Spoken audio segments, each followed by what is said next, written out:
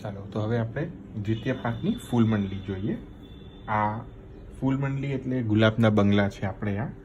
પણ જેવી રીતે આપણા બધા વિડીયોમાં હર વખતે હું એમ કહું છું કે ગ્રહ સેવાના અનુસરે છે, તો આપણે આની જે અવેલેબલ વસ્તુઓ છે એમાં કરવાનું છે. જેમ કે આજે અમારા મુંબઈની અંદર સાચા ગુલાબ આખા મળવા થોડા મુશ્કેલ છે, પણ અમને આવી રીતે પત્તીઓ જરૂર મળી જાય. આ ગુલાબી ગુલાબની પત્તીઓ છે, દાદર માર્કેટમાં ઇઝીલી મળી જાય છે. અને આવી લાલ ગુલાબની પણ પત્તીઓ આપણે મળી જાય. પણ હવે અમારે આની સમસ્યા એ છે કે હવે આને બાંધવી કેવી રીતે, કેમ કે આખા ગુલાબ લેવા જઈએ તો બીજા દિવસ સુધી તેની પત્તીઓ જ થઈ જાય છે અને આપણે એક દિવસ પહેલાં જ ફૂલો લઈ આવીએ. તેથી કરીને હવે આમાં જ આપણે ગુલાબના બંગલા બાંધવા છે. નહીં તો પછી આપણે જે બીજા જે ચાઇનીઝ રોઝ આવે છે જેમાં સુગંધ નથી હોતી એનાથી બાંધવા પડે. પણ જો આપણો આગ્રહ એવો હોય કે સાચી વસ્તુઓ જ પ્રભુને ધરાવવી જોઈએ અને સુગંધ હોવી જોઈએ ગુલાબના બંગલામાં, તો આનો એક નાનો તર્ક કાઢ્યો છે. તો આપણે જોઈએ કેવી રીતે છે. આવી રીતનું આપણું આ ફૂલ મંડલીનું સ્ટ્રક્ચર છે, જે આપણે ઉષ્ણકાલમાં જાલીવાલી ભરીએ એના જ ઉપર આપણે આ ગુલાબના બંગલા બાંધીશું. સૌ પ્રથમ આપણે આવી જ રીતે આજે સફેદ દોરો મેં ચાલુ કર્યો અને મેં આટલો પટ બતાડ્યો તમને કે આવી રીતે બંધાય. સૌ પ્રથમ આપણે દોરો આવી રીતે લપેટી લેવાનો છે. થોડો પહેલાં લપેટ્યા બાદ આપણે હવે આ આંગળીનો ખેલ છે આખો, આમાં તમે ધ્યાનથી જોજો.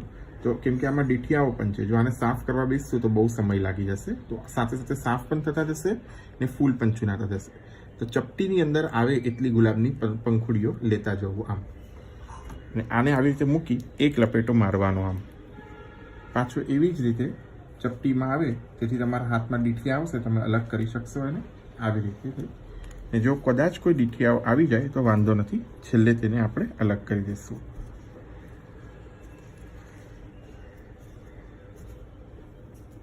આવી રીતે આ ડીઠિયા આવ્યા, આને અલગ કરી દીધા. તેથી જે ફૂલની અંદર બંધાશે નહીં.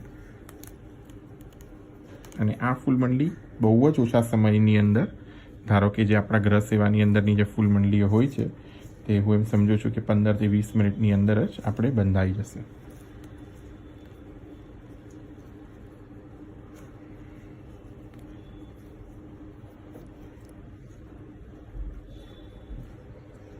ગુલાબના બંગલા જનરલી દ્વિતીય પાકના ઉત્સવથી શરૂ થાય તે ઉષ્ણકાલની વિદાય સુધી આપણે આમ લઈ શકીએ સેવાક્રમના અંતર્ગતે. પાછો આવી રીતે ઉપર આવી દોરો ન છોડવો હોય તો એવી જ રીતે પાછી આ દાંડીઓમાં પત્તીઓ લપેટતા જવું આમ.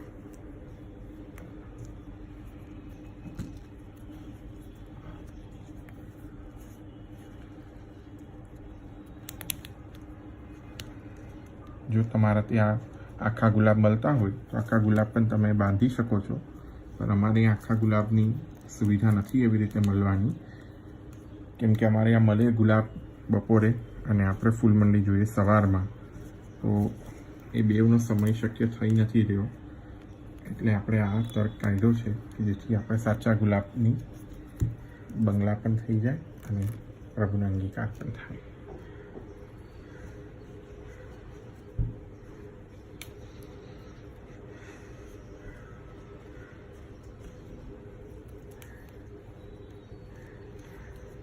જો આપણો આગ્રહ એવો હોય કે પ્રભુ બંને બાજુ વિનિયોગ કરે, થોડોક મોટો જુડો ભરો જેથી આ ફૂલ પાછળની તરફ પણ વળી જશે અને પ્રભુ સન્મુખ પણ ગુલાબની પત્તીઓ રહેશે, જેમ આપણે અહીંયા દેખાય છે. તમે જોશો તો ખૂબ જ ઓછા સમયની અંદર આ દાંડીઓ બંધાતી જાય છે આમ. અને આશરે 15 થી 20 મિનિટમાં આખો બંગલો સિદ્ધ થઈ જાય છે. જેવી રીતે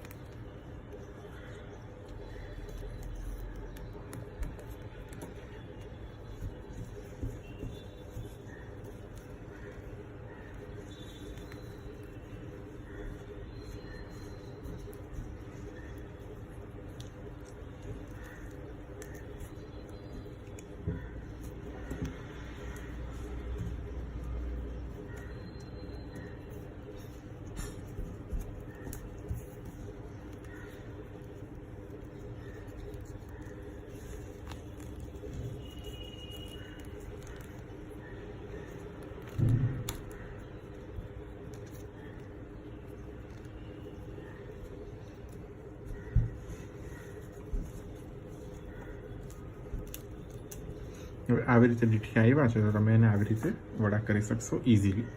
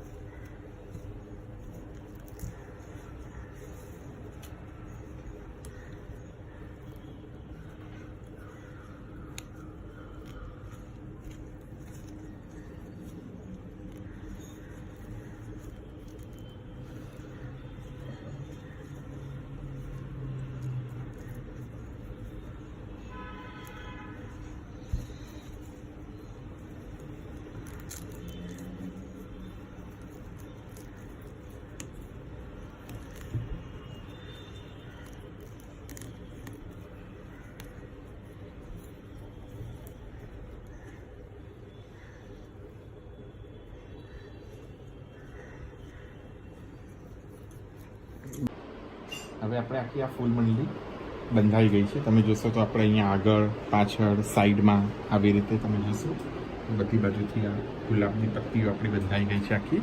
કોઈ કોઈ જગ્યા પર આવી રીતે દીઠિયા છે તો એને આપ આવી રીતે ખાલી ખેંચી લેશો હલકેથી તો નીકળી જશે. અને હવે આપણે આ આગળનો ભાગ ખાલી રાખ્યો છે એની માટે કે થોડાક કોન્ટ્રાસ્ટ કલર લઈશું ફૂલ મંડળીમાં તો થોડુંક સુંદરતા એનામાં અધિક આવશે. તો મેં આવી રીતે આ દોરો લીધો છે ને પહેલાં જ હું આમાંથી આવી રીતે સોયમાંથી પાસ કરાવી દઉં છું. અને સિન્સ આપણી ફૂલ મંડળી નાની છે ગ્રહ સેવાની એટલે આપણે આ આમના પત્તા છે જેના મેં 1ના 2 કર્યા છે. આવા આસોપાલવના કે જે કંઈ પણ તમને મળી શકે તે પત્તાઓ તમે લઈ ને આવી રીતે એનું તોરણ સિદ્ધ કરતા જાઓ.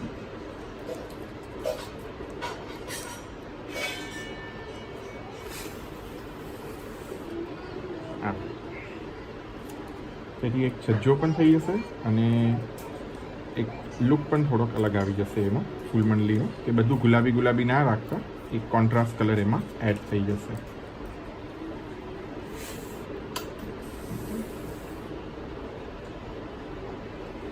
એકના 2 પાન એટલે કહ્યા કે નાના થઈ જાય તો પ્રભુ અંદર બિરાજે તો આપશ્રીના દર્શન પણ આપણે થાય અને એક મિનિએચર ફૂલ મંડળી જે છે તે એક એનું સ્વરૂપ એ હિસાબે પણ જળવાતું રહે કે નાનકડું આપણે આ પત્તાઓ અગર જો મળી જાય તો એને સિદ્ધ કરવાની જરૂરત નથી, ડાયરેક્ટ વાપરી શકાય. પણ જેવી રીતે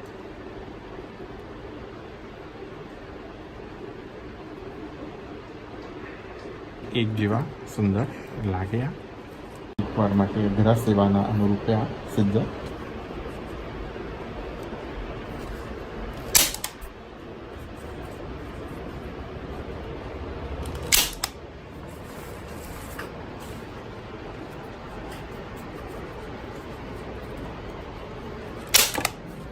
કોઈ પણ વૃક્ષના આવી રીતના મોટા મોટા થોડા બહુ મોટા પણ નહીં બહુ નાના પણ નહીં એવી પત્તીઓ લઈ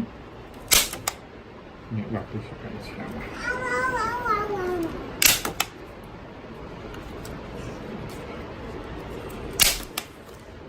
આ પદ્ધતિથી આપણે જોઈએ તો ઘુમ્મટ સહિત કે આપણા ગુલાબનો બંગલો રેડી થઈ ગયો છે.